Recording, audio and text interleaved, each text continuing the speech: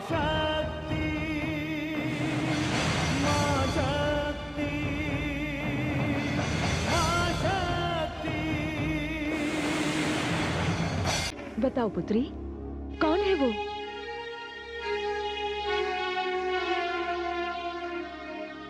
असुर राज दंभ के पुत्र राजकुमार शंखचूड़।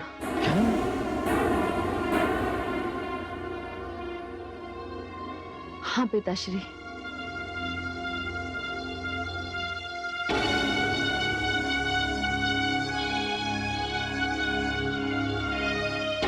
पिताश्री,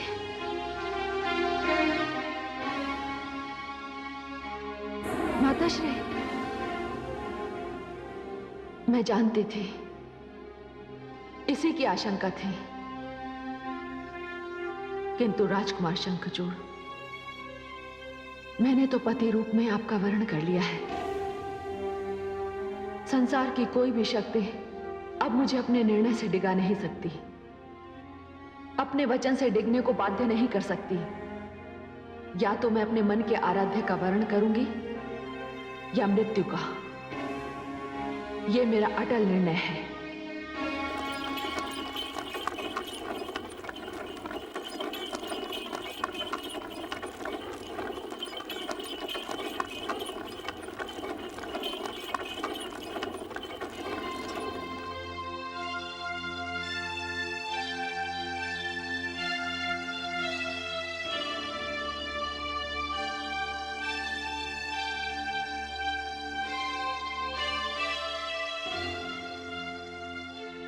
आइए दानवराज, आइए।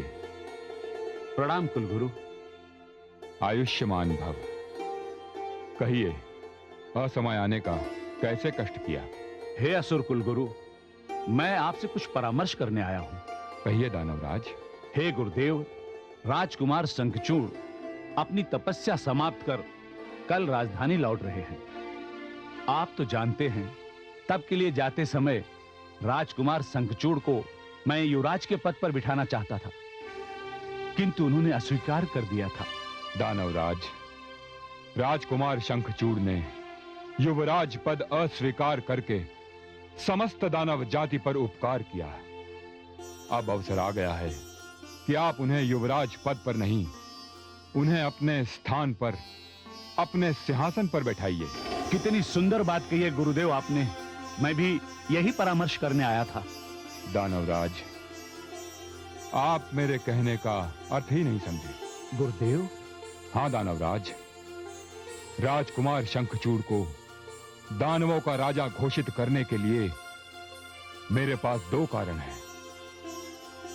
पहला कारण तो यह है कि राजकुमार वरदान में असीम शक्तियां प्राप्त करके आ रहे हैं, किंतु उनमें असुर संस्कारों की अत्यधिक कमी है। उन पर देवताओं के संस्कारों का अधिक प्रभाव है। मेरा दूसरा कारण यह है कि जब आप राजकुमार को सिंहासन पर बैठाएंगे तो नियम अनुसार उन्हें सिंहासन छूकर प्रतिज्ञा करनी पड़ेगी। वो प्रतिज्ञा जो आपने अपने पिता से की थी, किंतु उसे पूरा नहीं किया। गुरुदेव, मैं आपका तात्पर्य समझ गया। उस प्रकार प्रतिज्ञा करने से राजकुमार शंखचूड़ वचनबद्ध हो जाएंगे और वे दानवों को वो सब कुछ दे पाएंगे जो मैं उन्हें नहीं दे सका। हे गुरुदेव, कल राजकुमार शंखचूड़ के राजसभा में आते ही मैं उनके दानव राज होने की घोषणा कर दूंगा। गुरुदेव, मुझे आज्ञा दीजिए, मैं चलता हूं। प्रणाम गुरुदेव। यशस्वी भव।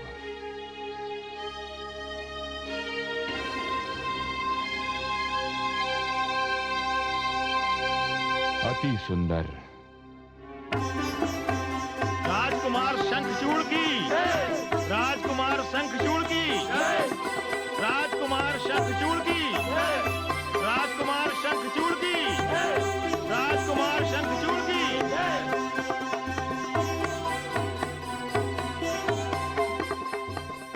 कीर्तिमान भवपुत्र,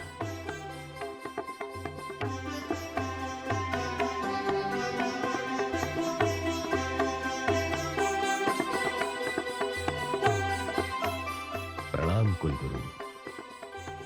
यशस्वी भव।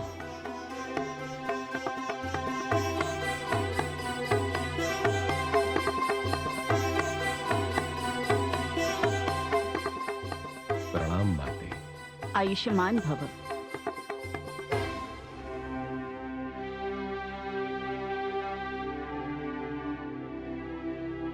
दानव लोक के सभासदों, कुलगुरु श्री शुक्राचार्य की अनुमति से आज मैं आप लोगों के सामने एक घोषणा करना चाहता हूं। आज संपूर्ण दानव लोक के लिए बड़े ही हर्ष का दिन है। आज राजकुमार शंखचूड़ अपनी तपस्या द्वारा असीमित शक्तियां प्राप्त करके लौटे हैं। तपस्या पर जाने से पूर्व मैं राजकुमार शंखचूड़ को युवराज घोषित करना चाहता था, किंतु यह हमारी भूल थी। हां पुत्र, यह मेरी भूल थी कि मैं तुम्हें युवराज बनाना चाहता था, किंतु तुम तो मेरे सिंहासन पर बैठने के योग्य हो चुके हो। और आज मैं तुम्हें अपने स्थान पर इस सिंहासन पर बिठाना चाहता हूं।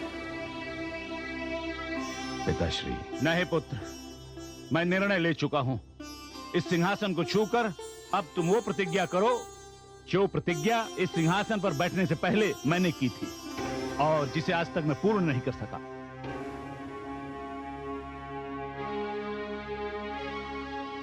पिताश्री, एक पुत्र के लिए सबसे बड़े सौभाग्य का दिन वो होता है जब वो अपने वचन के साथ साथ अपने पिता द्वारा दिए गए वचन की पूर्ति का सौभाग्य प्राप्त करे। मैं नहीं जानता कि आपने इस सिंहासन को छूकर क्या प्रतिज्ञा की थी, किंतु मैं आपका पुत्र शंखचूड़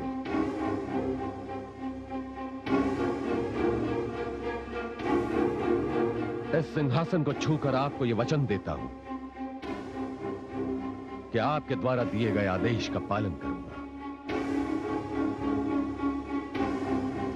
आदेश दीजिए पिताश्री। तो सुनो पुत्र, मैंने इस सिंहासन को छूकर तुम्हारे पितामह अर्थात अपने पिताश्री को वचन दिया था कि मैं दानव लोक की सीमाओं की वृद्धि करूंगा। मैं समस्त मानव लोक और देवलोक पर अपना अधिकार स्थापित करूंगा। ये कैसी प्रतिज्ञा है पिताश्री? ये कैसा वचन है? क्या सिंहासन प्राप्ति का अर्थ केवल सीमाओं का विस्तार है? क्या सिंहासन प्राप्ति का अर्थ केवल दास प्रथा की वृद्धि करना ही है?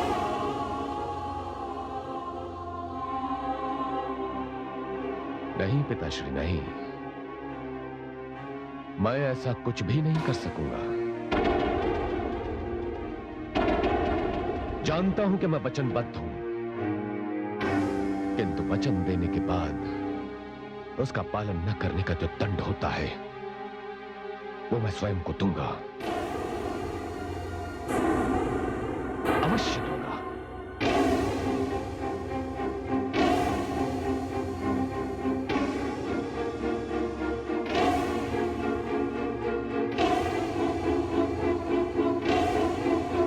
गुरुदेव, गुरुदेव ये क्या? दुर्भाग्य ने घर में कैसी सेध लगाई है गुरुदेव। एक असुर के घर में देवता कहां से आ गया? मैं तो लुट गया गुरुदेव, मैं तो लुट गया। नहीं दानवराज, आप निराश न हो। आप जानते हैं कि मैं भविष्य वक्ता हूं। मैं देख रहा हूं कि आपकी प्रतिज्ञा का, आपको दिए हुए वचन का पालन आपका पुत्र शंखचूड़ ही करेगा। गुरुदेव, हाँ दानवराज, बस ये समझिए कि ये असुर कुलगुरु शुक्राचार्य का वचन है। महाराज, अब क्या होगा? ये क्या अनर्थ हो गया? महारानी, मैं ये अनर्थ कैसे होने दे सकता हूं? एक देव कन्या को एक असुर के हाथों कैसे सौंप सकता हूं? वो तो सब ठीक है महाराज, किंतु आप अचानक वहां से चले क्यों आए? आपको अपनी पुत्री को समझाना चाहिए था। आप सत्य कह रही हैं।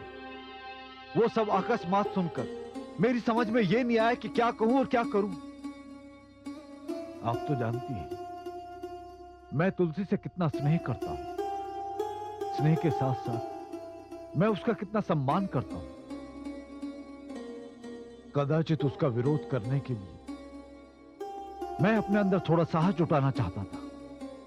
महारानी, चलिए हम अपनी पुत्री को समझाते हैं और यह अनर्थ होने से बचाते हैं। चलिए महाराज। चलिए।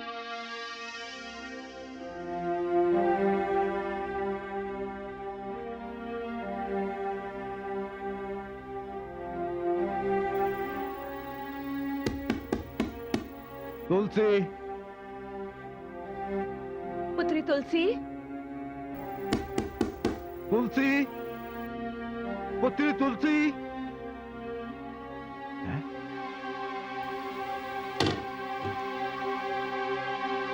तुलसी, पुत्री तुलसी, तुलसी, तुलसी, तुलसी। तुलसी कहाँ चली गई? यहीं कहीं होगी, उद्यान गई होगी। हो सकता है कमल ताल के तट पर होगी। चलो चलकर देखते हैं।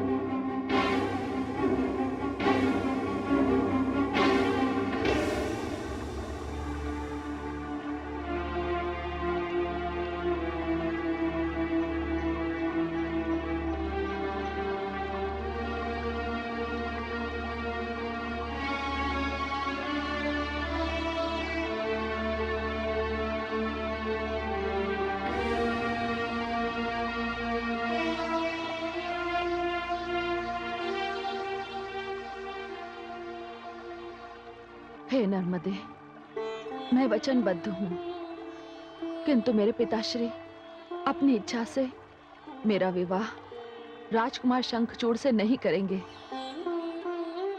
उधर शंखचूड़ भी इतने स्वाभिमानी हैं कि मेरे पिताश्री की ओर से विवाह का प्रस्ताव गए बिना वो मुझसे विवाह नहीं करेंगे। और इस प्रकार ब्रह्मा जी को दिया गया मेरा वचन व्यर्थ जाएगा। इसलिए मैं ये निर्णय लेके आई हूं कि मैं जल समाधि ले लूं। मेरे पास इसके अतिरिक्त और कोई मार्ग नहीं है। एक मार्ग। प्रणाम हे आदि प्रजापति। सौभाग्यवती भव। हे आदि प्रजापति, आप सत्य जानते हैं, इसीलिए मेरा उपहास कर रहे हैं? नहीं, मैं सत्य जानता हूं, इसीलिए आशीष दे रहा हूं। तुलसी, तुम्हें जीवित रहना है और शंखचूड़ की पत्नी बनना है। किंतु हे आदि प्रजापति। तुलसी, ये तो मैं तुम्हारे भाग्य में लिख चुका हूं। इस समय यदि तुम नर्मदा में कूद भी पड़ोगी तो भी नर्मदा तुम्हें स्वीकार नहीं करेगी। हे आदि प्रजापति, तो आप ही बताइए मैं क्या करूं? तुलसी, यहां से उत्तर दिशा की ओर थोड़ी दूर जाओ। इसी नदी के तट पर एक और युवक खड़ा है जो वचन की उलझन में पड़ा हुआ है और इसीलिए वो वहां जल समाधि लेने आया है। जाकर उसे रोको। यदि उसे रोक लोगी तो तुम्हारा वचन पूर्ण होगा। और उस युवक से कहना कि वचन देने के पश्चात सोचना महापाप है। तुलसी, जाओ और जाकर शंखचूड़ को इस पाप से बचा लो। तो क्या राजकुमार शंखचूड़? हां, वे भी धर्म संकट में पड़े हैं। तुलसी, गंधर्व विवाह की परंपरा ऐसी ही समस्या के निदान स्वरूप बनाई गई है। जाओ तुलसी, शुभ से शीघ्र। मेरा आशीर्वाद तुम्हारे साथ है। प्रणाम है आदि प्रजापति। आयुष्मती भव।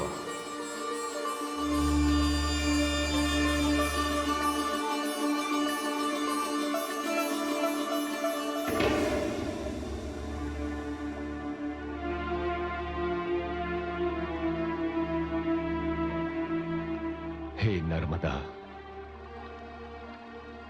माते, आप भली भांति जानती हैं कि मैं विचारों की दोराह पर खड़ा हूं। मैं जानता हूं मैं असुर हूं, किंतु न जाने क्यों मैं अन्य असुरों की भांति उद्दंड नहीं बनना चाहता। परंतु इसी काल में मेरे हृदय में एक दूसरी भावना भी जन्म लेती है कि असुर होने के नाते मुझे असुर नीतियों का ही पालन करना चाहिए। पिता को वचन देकर मैं भाग आया। संसार में उससे बड़ा पापी और कोई नहीं होता जो वचन देने के पश्चात अपने वचन का पालन न करे। इसलिए हे माते नर्मदा, मुझे अपने चरणों में स्थान दे दीजिए,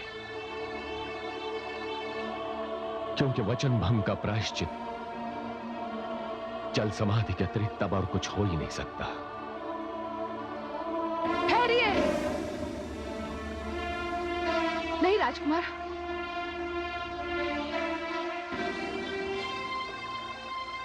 नहीं राजकुमार, रुक जाइए। नहीं राजकुमारी तुलसी, आप लौट जाइए, अब बहुत विलंब हो चुका है। नहीं राजकुमार शंखचूड़, कुछ भी विलंब नहीं हुआ, मैं समय पर पहुंच गई। कदाचित आप नहीं जानते, मैं आपको मन, वचन और कर्म से अपना पति मान चुकी हूं। हमारा विवाह नहीं हुआ तो क्या हुआ? जो संकल्प आपने किया, मुझे भी उसमें अपना सहभागी बना लीजिए। मैं भी आ रही हूं। ठहरिए राजकुमारी, ये आप क्या कर रही हैं? अपने धर्म का पालन कर रही हूं। नहीं राजकुमारी, मैं आपको ऐसा नहीं करने दूंगा। तो फिर इसका एक दूसरा मार्ग भी है। कौन सा मार्ग? देखिए, मैंने ब्रह्मा जी के समक्ष आपको हृदय से अपना पति मान लिया है, किंतु मैंने जो वचन उन्हें दिया उसमें मेरे पिता बाधा बनकर मेरे सामने खड़े हो गए। मैं अपने पिता से स्नेह करती हूं, इसलिए मेरे अपने धर्म संकट और मेरे पिता के धर्म संकट का एक ही उपाय है कि आप मुझे अपनी पत्नी स्वीकार कर लें। राजकुमारी तुलसी। राजकुमार शंखचूड़, कदाचित असुर प्रवृत्ति का होना इतना बुरा नहीं है जितना किसी को दिए हुए वचन का पालन न करना है। आप मुझसे गंधर्व विवाह कीजिए और मुझे लेकर अपने महल चलिए, जहां बुझे हुए दीपों के साथ आपके माता पिता उदास बैठे हैं।